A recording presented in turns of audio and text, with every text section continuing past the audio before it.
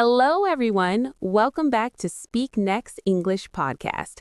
This is your favorite place where learning English becomes easy, fun, and enjoyable. My name is Sophia, and I'm so excited to be here with you today. Hello, Sophia. It's wonderful to see you again, and a very big, warm hello to all our amazing listeners around the world. Whether you're listening from your home, your office, or maybe while you're traveling, we're so happy you're here with us today. Yes, it's always such a fantastic feeling to connect with all of you. James, tell me, how has your day been so far? You're looking very happy and energetic today. Thank you for noticing, Sophia. I am feeling really good today. You know why? Because I had a very productive morning. I managed to complete so many things for my to-do list. Oh, a productive morning. I absolutely love those kinds of mornings. They make you feel so accomplished and satisfied. So tell me, what exactly did you do? What were all these tasks you completed? Well, let me think. First, I went to the supermarket early in the morning. I bought groceries for the whole week. Then I came back home and took my dog for a nice long walk in the park. He was so happy. And after that, I went to the bank to handle some financial matters. The bank? Oh, James, that's absolutely perfect. You going to the bank today is such a wonderful coincidence. Perfect? Really? Why is going to the bank perfect? I mean, honestly, it's a little bit boring, isn't it? Just standing in lines and filling out forms? Well, maybe it's a little boring in real life, yes, but it's perfect for us today because that's exactly what our topic is about. No way. Are you serious? You're telling me today's episode is about banks? Yes, exactly. Today, we're going to talk all about banks, banking vocabulary, and everything related to managing your money in English. Wow, that is such an amazing coincidence. You know, the bank is actually a very important part of our daily lives. We all need to deal with banks regularly. That's absolutely right. Everyone needs to visit the bank at some point, and when you're in a foreign country or speaking in English, it's really important to know the correct words and phrases. Yes, exactly. Sometimes it can feel a little scary or intimidating to talk about money matters in a different language. You worry about making mistakes or not understanding something important. I completely understand that feeling. Money is serious business, so we want to communicate clearly. But don't worry at all. That's exactly why we're here today. We're going to make everything easy, simple, and clear for you. We absolutely are. But, Sophia, before we open those bank doors and step inside, we have a small request for all our wonderful listeners out there. Yes, we do. If you're enjoying this podcast, if you're learning something useful, please take just 1 second of your time to click the like button. It's that simple. Yes, give us a big thumbs up. That one small click helps us so much. It helps our podcast reach more people who want to learn English just like you. And please, please subscribe to Speak Next English podcast channel. When you subscribe, you won't miss any of our fun educational episodes. We release new content regularly. And here's another thing you can do. Share this podcast with your friends, your family members, your colleagues at work, or your classmates. Let's all learn English together as a community. Yes, sharing is caring. When you share our podcast, you're helping someone else improve their English skills. And we truly, truly appreciate each and every one of you for your support. Thank you so much, everyone. Your support means the world to us. Okay, Sophia, I'm ready now. Let's open those bank doors and go inside. Let's do it. So, James, let me start with a basic question. Why do we go to the bank? What's the main reason people visit banks? That's a good question to start with. Well, we go to the bank to keep our money safe and secure. Exactly right. The bank is a safe, protected place for our money. It's much safer than keeping cash at home. Imagine if we kept all our money under our bed or hidden in our closet. Oh, no, that would not be a good idea at all. What if someone breaks into your house? Or what if there's a fire? All your money would be gone. Exactly. That's why banks exist. They have strong security systems, vaults, cameras, and guards. Your money is protected there. So, James, when you go to a bank, the very first thing you need is something called an account. An account? Yes, I've heard this word many times, but what exactly is an account? Can you explain it in simple terms? Of course. Think of an account like your personal box at the bank. It's your own special space where your money is stored and organized. The bank keeps track of all your money in this account. Oh, I see. So it's like the bank creates a special file or record just for me, and that's my account. My money goes there, and the bank watches over it. Perfect understanding. Now, here's something important. There are actually two main types of bank accounts that most people use. Oh, there are different types? I didn't know that. What are these two types? The first type is called a checking account. Have you heard of this before? A checking account. Yes, I think I've heard this term, but I'm not completely sure what it's used for. Can you explain? Absolutely.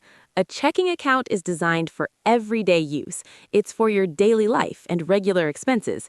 This is the account you use constantly, almost every day. Ah, I think I understand now. So when I go to buy my morning coffee at the cafe or when I shop for groceries at the supermarket, I use money from my checking account, right? Yes, exactly right. Your checking account is for money that you spend regularly and frequently. It's your active account, the one you use all the time. That makes perfect sense. It's like your working money, the money that's always moving in and out. Okay, so that's the first type. What's the second type of account? The second type is called a savings account. A savings account. Oh, I remember we talked about the concept of saving money in one of our previous episodes. Yes, we did. You have a good memory. A savings account is specifically for money that you want to keep for a longer period of time. It's money you don't plan to spend right now. So it's like money I'm putting aside for future plans or future goals. Exactly. For example, maybe you're saving money to buy a new bicycle or a new laptop, or maybe you're planning a big vacation next year. Oh, yes. Or maybe I'm saving for emergencies, right? Like if my car breaks down or if I have an unexpected medical expense. Perfect example. That's exactly what a savings account is for. It's your safety net, your backup fund. You put money in there and you try not to touch it unless you really need it or until you reach your goal. I really like this explanation. So to summarize, checking account is for today for my current daily needs. Savings account is for tomorrow for my future needs and goals. That's a perfect summary, James. You're such a fast learner. You understood it completely. Thank you so much. Okay, so now I understand what accounts are. But Sophia, let's say I'm a new person in town. I just moved here. I don't have a bank account yet. What do I need to do to open one? Great question. Opening a bank account is actually quite simple. First, you need to go physically to the bank building. You walk in through the front door. Okay, I walk into the bank. There are probably many people there. Who do I talk to? You look for a bank employee, usually someone sitting at a desk or standing at the customer service area. You approach them politely and you say, "Hello, I would like to open an account, please." I would like to open an account, please. That's a very clear and useful phrase. I should remember this one. Yes, it's polite, it's professional, and it's direct. The bank employee will immediately understand what you need. So I've told them I want to open an account. What happens next? Do they just open it immediately? Haha. Excellent sound effects, James. Very realistic. Thank you. I try my best. So after I enter my PIN, what happens? The machine verifies your PIN. If it's correct, the main menu will appear on the screen. You'll see several options. What kind of options will I see? Usually, you'll see options like check balance, withdraw cash, deposit money, transfer money, and maybe a few other choices. And since I need cash, I select withdraw cash, right? Exactly. You press the button next to withdraw cash, or you touch that option if it's a touchscreen. Then what? Then the machine will ask you, how much money do you want to withdraw? It might give you preset amounts like $20, $50, $100, or it might let you type in a specific amount.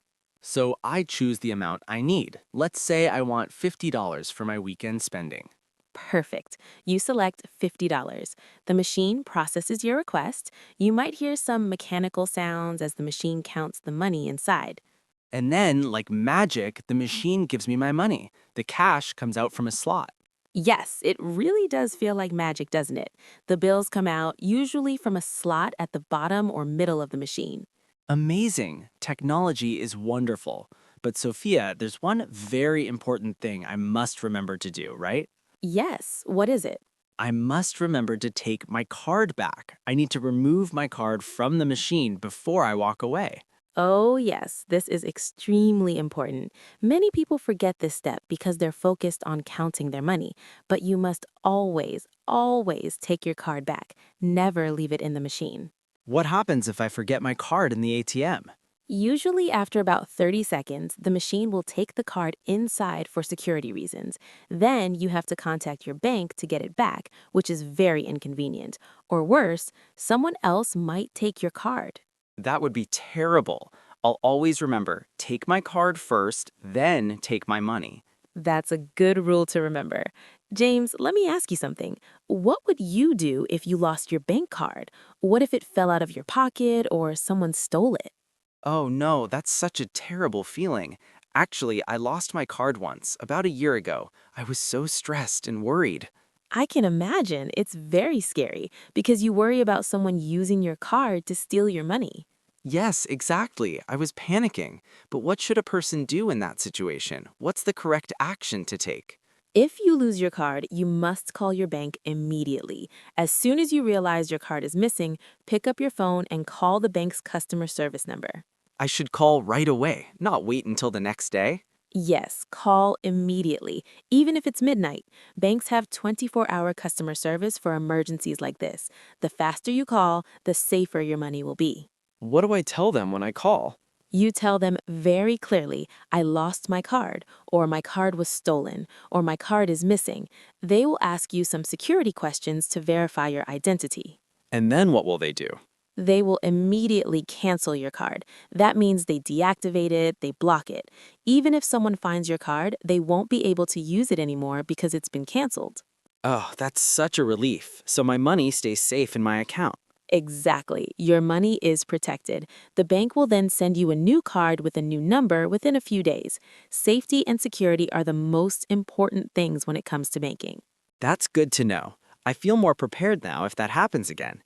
Sophia, I have another question about a different situation. Of course, go ahead and ask. That's what I'm here for. Well, I'm planning to go on vacation soon. I'm going to travel to Europe for 2 weeks. Oh, wow, Europe. That sounds so exciting. Which countries are you planning to visit? I'm thinking about visiting France, Italy, and maybe Spain. I'm really looking forward to it. That's going to be an amazing trip. But James, you know that in Europe, most countries don't use the same money as Pakistani, right? Yes, exactly. That's my question. In Europe, they use euros. They don't accept Pakistani rupees or American dollars at most places. That's correct. Each country or region uses their own currency. Currency. So Pakistani rupees are one currency, American dollars are another currency, British pounds are another currency, Japanese yen is another currency. They're all different currencies. Perfect explanation. You've got it completely right. Every country has its own type of money, its own currency. So my question is, can I get euros from my bank here before I travel? Is that possible? Yes, usually yes. Most banks offer a service called currency exchange or money exchange. Exchange. What does that mean exactly? Exchange means to swap or trade one thing for another. In this case, you give the bank your Pakistani rupees and they give you euros in return. Oh, I see. So it's like trading. I trade my rupees for euros. But do they give me the same amount? Not exactly the same amount. There's something called an exchange rate. It's the value of one currency compared to another currency. For example, maybe 1 euro equals 300 Pakistani rupees. The rate changes every day based on the global economy. So if I want 100 euros, I might need to give them 30,000 rupees, something like that. Yes, something like that. The exact amount depends on the current exchange rate that day. The bank will tell you the rate before you exchange. This is very helpful information. So before my trip, I should go to my bank and exchange some money. What phrase should I use when I go there? You can walk up to the teller and say, "Hello, I would like to exchange some money, please." Or, "I need to exchange rupees for euros, please." I would like to exchange some money, please. Okay, I'll definitely remember that phrase. I'll go to the bank next week before my trip. That's a smart plan. It's always good to have some local currency with you when you arrive in a foreign country. You might need it for a taxi or a meal right away. Absolutely. Okay, Sophia, let me change topics slightly. Do you use online banking? Online banking, you mean using the bank through my computer or phone? Yes, exactly. Instead of going to the physical bank building, you do your banking on the internet. Oh, yes, I use online banking all the time. In fact, I probably use the app on my phone more than I visit the actual bank building. Same here. I have my bank's app downloaded on my smartphone. I use it almost every single day. It's incredibly convenient. It really is amazing when you think about it. Just 20 years ago, everyone had to go to the bank for everything. Now, we can do almost everything from our phones while sitting on our couch. I know, technology has changed banking so much. So with online banking, I don't need to physically go to the bank building anymore. I can do everything from home. That's right. You can do so many things on your phone. For example, you can check your balance anytime you want. Balance, that's an important word. What exactly does balance mean? Your balance is the total amount of money you have in your account right now at this moment. It's your current account total. So if I want to know how much money I have before I go shopping, I just open my banking app and check my balance. Exactly. You can see immediately, do I have 5,000 rupees, 10,000 rupees, 500 rupees? It shows you the exact amount in real time. That's so useful because then I know if I can afford to buy something or not. I don't want to try to buy something and then find out I don't have enough money. Yes, that would be embarrassing. So it's always good to check your balance before you make a big purchase, before you order that expensive pizza or buy that new gadget. Exactly. I check my balance, I see I have enough money, and then I can confidently make my purchase. Online banking makes this so easy. And there's more you can do with online banking too. You can pay your bills. Oh, yes, bill payment is another great feature. I use this all the time. What bills do you pay online?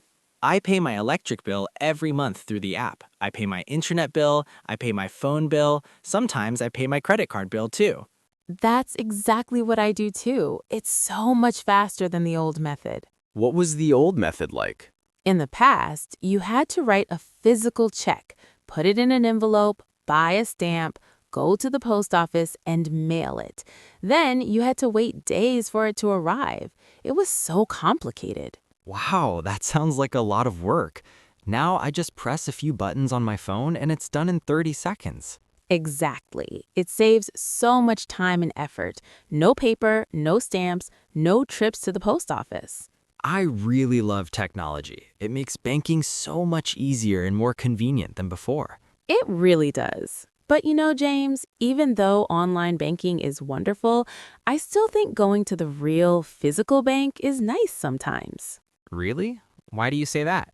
Because sometimes you have a complicated question or a problem. In those situations, it's really helpful to talk to a real person face to face. That's a good point. When I have a complex issue, I prefer talking to a real human rather than trying to explain it through an app. Exactly. The bank tellers are very knowledgeable and helpful people. They can explain things clearly and answer all your questions. That's true. Technology is great, but human interaction is still valuable. There's something nice about talking to a real person who can help you. I agree completely. So the best approach is probably to use both. Use online banking for simple, everyday things, but go to the physical bank when you need personal assistance. That's a smart balance. Use the convenience of technology, but don't forget about human help when you need it. Perfect. Now, James, we've covered so many important words and phrases today.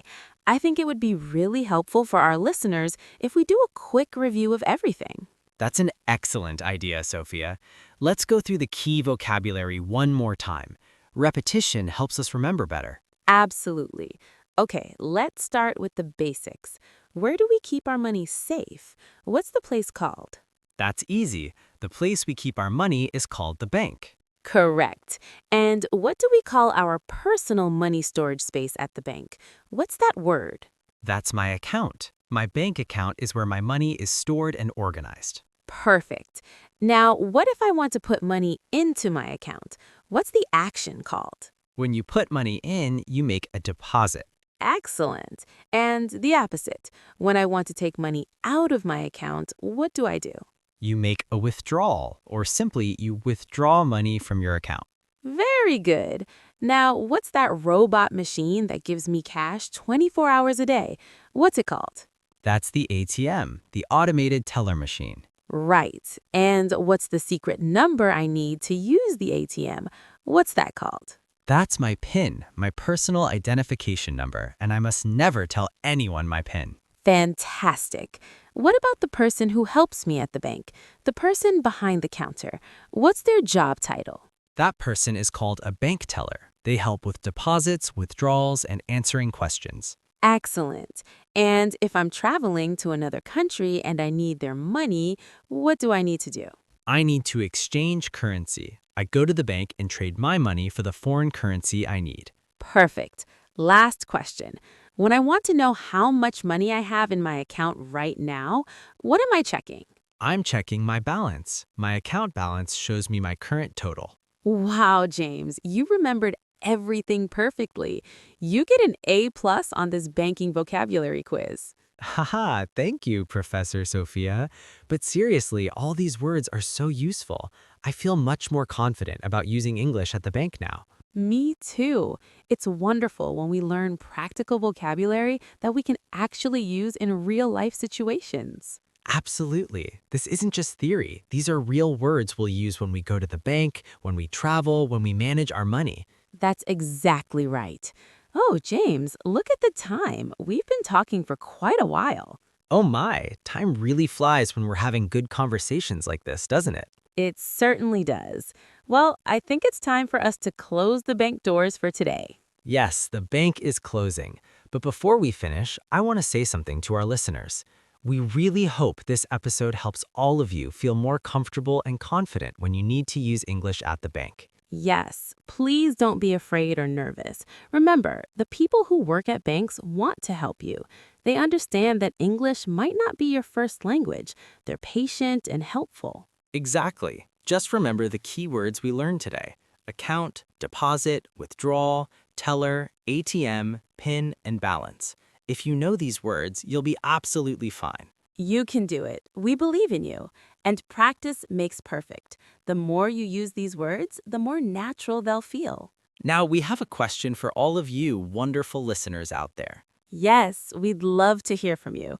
Please go to the comment section below this podcast and tell us your answer. Here's our question. Do you prefer to use cash or do you prefer to use your card when you make purchases? That's a great question. Cash or card? What do you like to use in your daily life, and why do you prefer that method? We're really curious to know. Everyone has different preferences. Some people love the convenience of cards. Other people prefer having physical cash in their hands. We read all the comments, every single one, and responding in the comments is great practice for your English writing skills. Absolutely. It's a fun way to practice, and don't worry about making mistakes. Just write what you think. We're all here to learn. And please, please, please don't forget to subscribe to Speak Next English podcast channel. When you click that subscribe button, you'll never miss any of our episodes. Yes, we release new content regularly, and each episode is full of useful English lessons just like this one. So hit that subscribe button right now. And if you learned something new today, if this episode was helpful for you, please click the like button. That thumbs up really helps our channel grow. It only takes 1 second, but it makes such a difference for us. We want to reach more English learners around the world, and your like helps us do that. And here's one more thing you can do to help. Share this podcast episode with your friends, your family members, your coworkers, or your classmates who are also learning English. Yes, maybe you have a friend who's planning to open a bank account soon, or maybe someone who's traveling abroad and needs to learn banking vocabulary. Share this episode with them. When you share our content, you're helping someone else improve their English skills. You're being a kind friend and helping us spread knowledge. Education is better when we share it together. The more people who learn English, the better we can all communicate with each other. Absolutely. Thank you all so much for listening today. We truly appreciate every single one of you taking the time to learn with us. Yes, thank you from the bottom of our hearts. We hope you have a wonderful day, a fantastic week, and happy banking. Remember, don't be nervous about going to the bank. You have all the vocabulary you need now. Just be confident and polite. Practice these words at home. Say them out loud. Write them down. The more you practice, the more comfortable you'll become. And if you make a mistake, that's completely okay. Everyone makes mistakes when learning a new language. Mistakes are part of the learning process. Exactly. Be patient with yourself. Be kind to yourself. Learning takes time, but you're making progress every single day. We're so proud of all of you for taking the time to improve your English skills. Keep up the great work. All right, everyone, that's all we have for today's episode. Thank you again for being such wonderful listeners. Yes, we'll see you all very soon in our next episode. Until then, keep practicing, keep learning, and keep growing. Goodbye, everyone. Take care of yourselves. Bye-bye. See you next time on Speak Next English podcast. Happy learning, everyone. Bye for now. Goodbye. Stay curious and keep improving your English every day.